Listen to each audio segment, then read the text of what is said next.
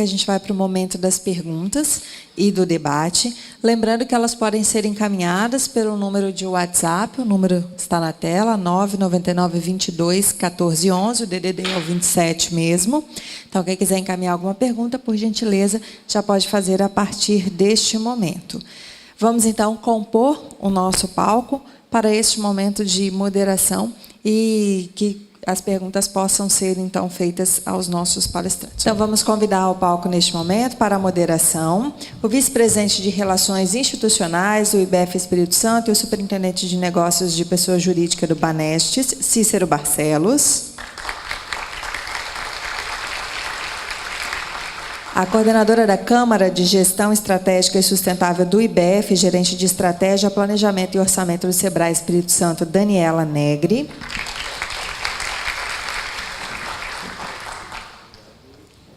Nosso palestrante, Fernando, já está conosco aqui no palco, convidando de volta, então, os nossos dois primeiros palestrantes, a Nestlé Brasil, Pedro Malta e a Janaína Chemide.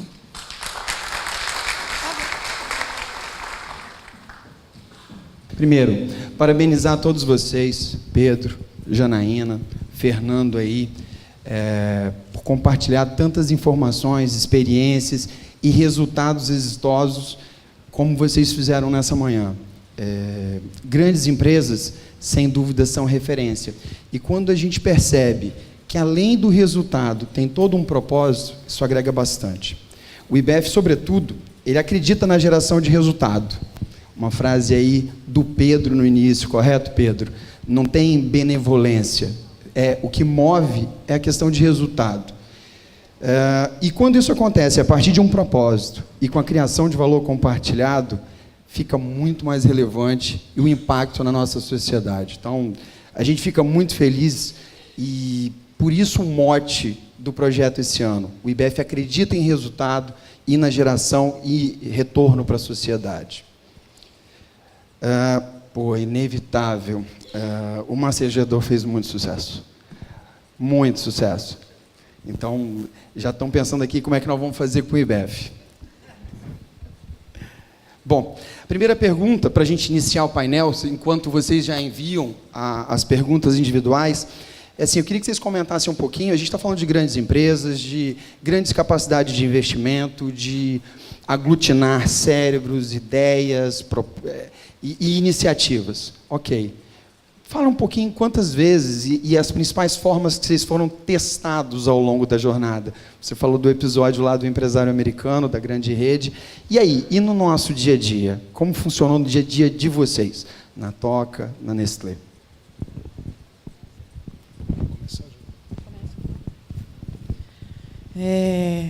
Vou começar porque talvez eu seja a pessoa mais nova, né? A gente comentou ontem. Nessa atividade, eu trabalho na Nestlé como efetiva há 17 anos, estou lá há 23.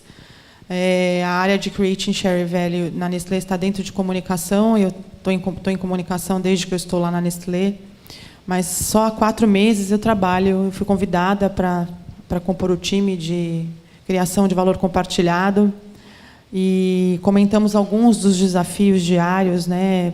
Como eu comentei no começo da minha apresentação, parece muito fácil dentro de uma organização tão grande e que é pautada em propósito realizar esse tipo de atividade, mas eu diria que não é fácil fazer o que a gente faz lá, porque ele tem um estímulo muito grande do propósito, tem um prazer muito grande de contribuir com a sociedade, contribuir com a comunidade, contribuir com o planeta, mas é um exercício diário de convencimento, né? Quando você tem, por exemplo, uma situação financeira que todas as empresas vêm passando, né? Então, como é que eu convenço, por exemplo, eu tenho lá uma determinada marca, um determinado produto que precisa vender mais, porque precisa entregar mais margem, precisa entregar mais volume, precisa entregar mais para o negócio, né?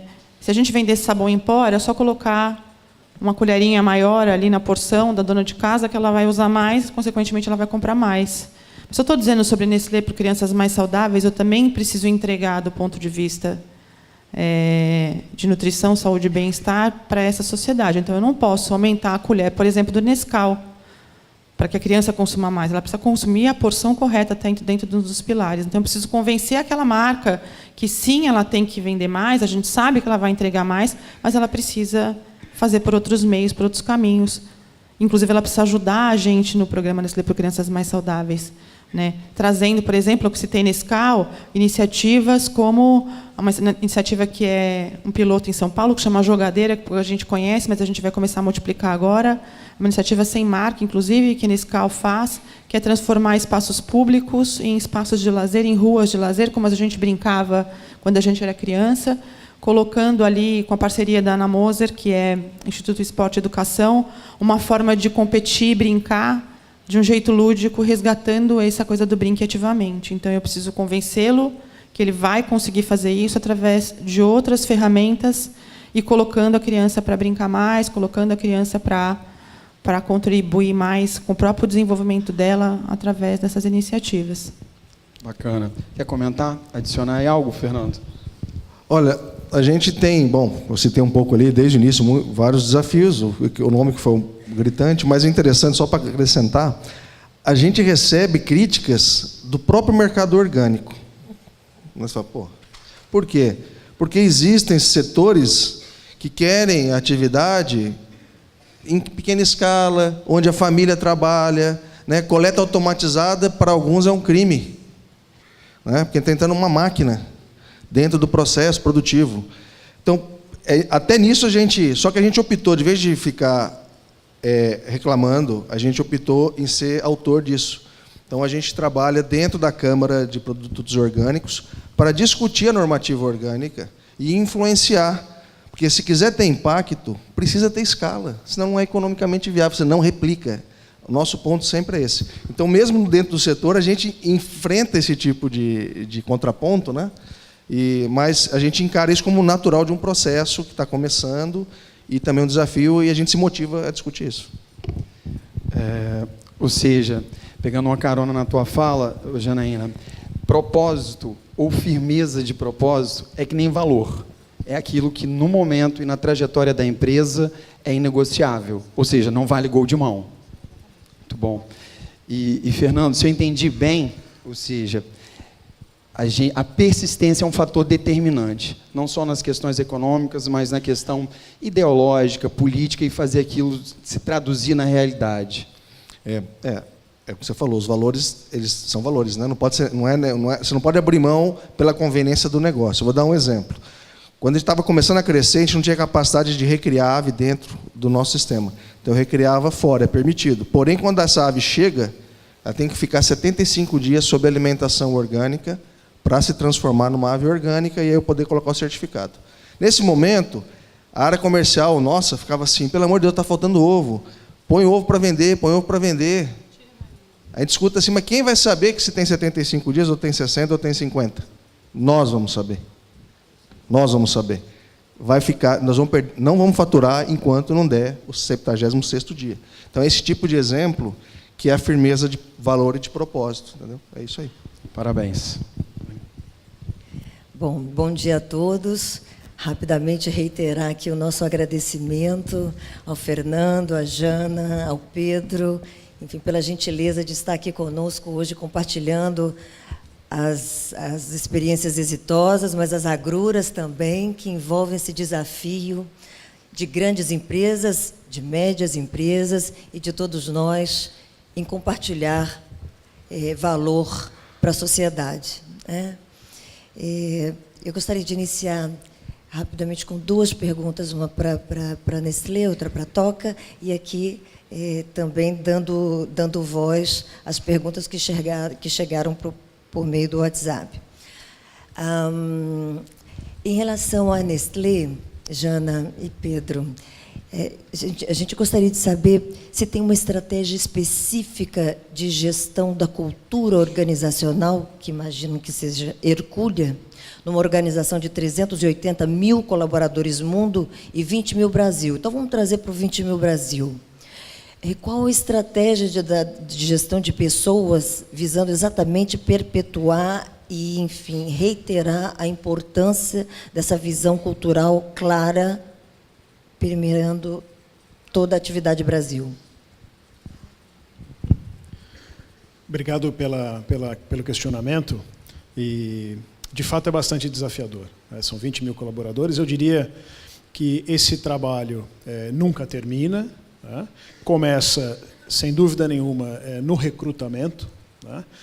Há uma preocupação bastante grande, identificação de pessoas que compartilham, né, estejam próximas e alinhadas com essa forma de se pensar, e, somado a isso, um trabalho exaustivo, amplo, de comunicação, né? Por sorte, a tecnologia hoje vem abrindo portas e abrindo opções, muitas opções de comunicação.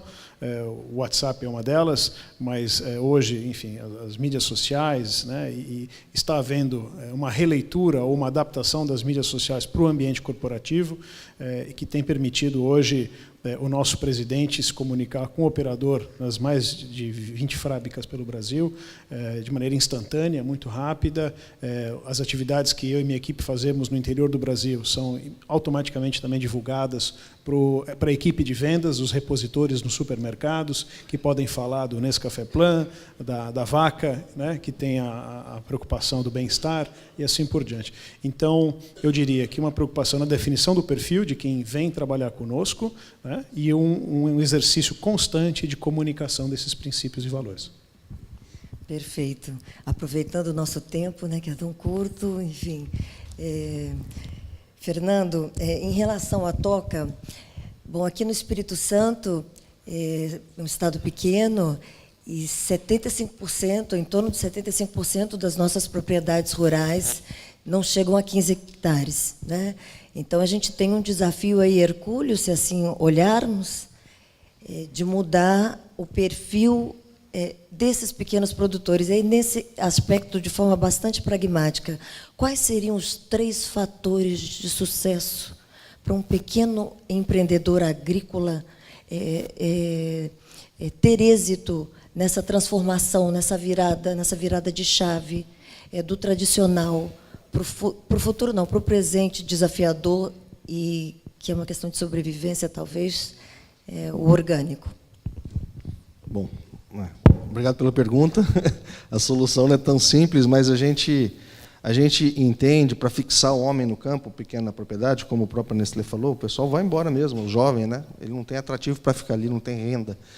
A gente acredita muito na diversidade, em ter produtos de receita contínua. Então, o leite é uma boa receita, a avicultura de postura é uma boa receita, né? E existem já modelos pelo mundo que incentivam, né? E aí eu acho que o governo brasileiro deveria, né, ter olhar para isso, né, através de um programa sério, estruturado, de realmente ter pequenas propriedades onde ela gera todos os seus insumos, e a parceria com empresas, aí podem ser grandes empresas ou empresas médias, que demandam regularmente, porque o ciclo tem que funcionar. Não adianta eu produzir, alguém tem que comprar num preço justo, né, porque também se oportunista e atravessador, né, não vai funcionar.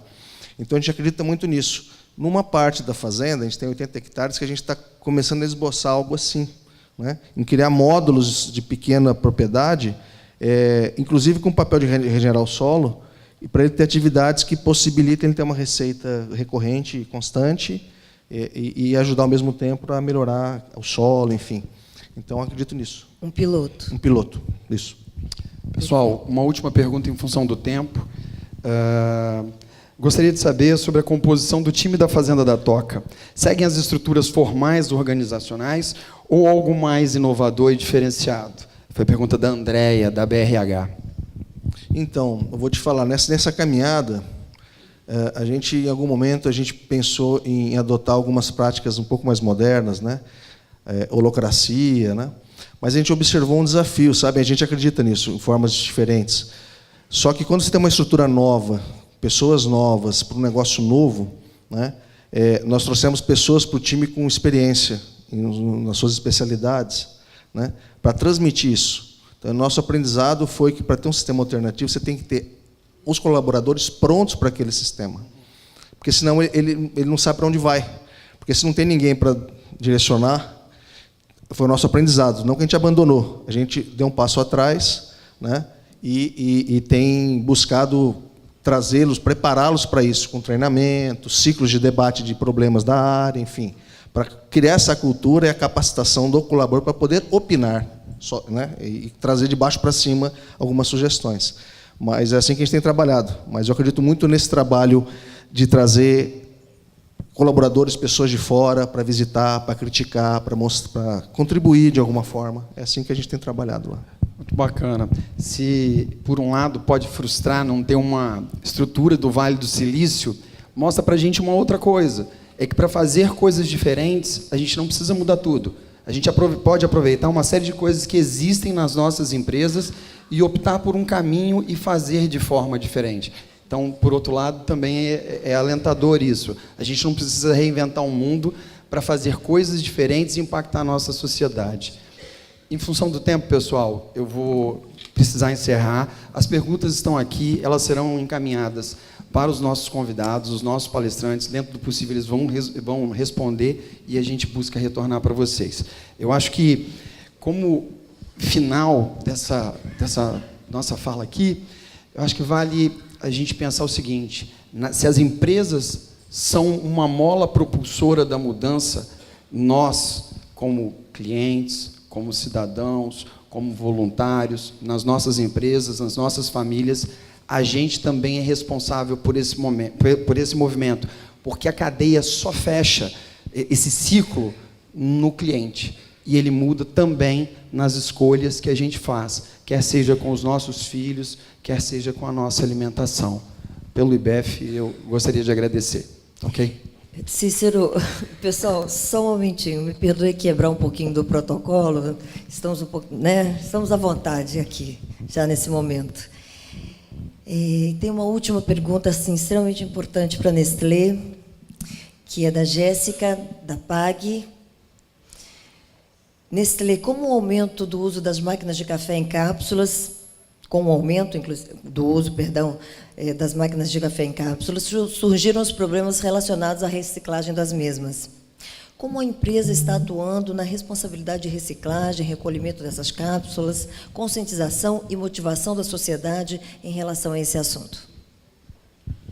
Obrigado, Jéssica, pela pergunta. Você, naturalmente, muito informada, pegou um tema bastante sensível, sim, dessa categoria de produtos, né? Mas você também certamente sabe que isso vai além, né? Todas as demais categorias, a gente tem aí papel, plástico e uma série de elementos, né, que requerem preocupação e atenção. Indo no ponto específico do sistema de cápsulas, nós temos dois sistemas, né? Um sistema que usa o material basicamente alumínio e um segundo sistema que tem 5 especificações de plástico, 5 especificações diferentes. O primeiro já está bastante avançado, né? Eu me refiro à Nespresso, no sentido da logística reversa e no beneficiamento desse material. O ser monomaterial, né, apenas uma especificação, facilita esse trabalho. O segundo, que eu fiz referência, é relacionado a 5 especificações, numa cápsula com uma engenharia um pouco mais complexa, que é o sistema Dolce Gusto. Ele já iniciou uma série de iniciativas. A logística reversa precisa melhorar bastante, né? Enfim, é uma prioridade enorme desse negócio, porque esses negócios crescem a 2 dígitos há algum tempo, né, e, portanto, como você mesmo destaca, é um ponto de preocupação. No caso do plástico, ainda que sejam 6 especificações, há uma preocupação, claro, na separação, todos eles recicláveis. Algumas iniciativas de reciclagem têm sido realizadas. Eu destaco uma delas, porque tem conexão direto e cria uma economia circular.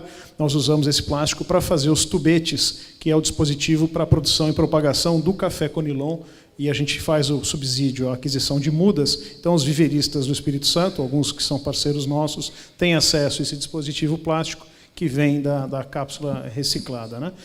Mas, enfim, é um processo que não terminou, né? E, portanto, de fato, um ponto de atenção que requer ainda bastante energia para melhorar. Obrigado. A gente aqui agradece, em nome da Câmara Temática de Gestão Estratégica e Sustentável. Queria agradecer os partícipes da Câmara que estão conosco, agradecer ao presidente Alessandro pela confiança e fazer uma referência especial a uma pessoa que nos inspira muitíssimo, é a nossa vice-presidente de marketing, Flávia da Veiga, que não pôde estar aqui, está acompanhando o cliente Cicobi em Brasília, enfim, e que foi a grande inspiradora que trouxe o tema de Creating Share Value para ser trabalhado por essa equipe que aqui está, e foi maravilhoso poder sensibilizar e ter o apoio da diretoria nesse sentido. Muitíssimo obrigado a todos, tenham um excelente dia. Cícero.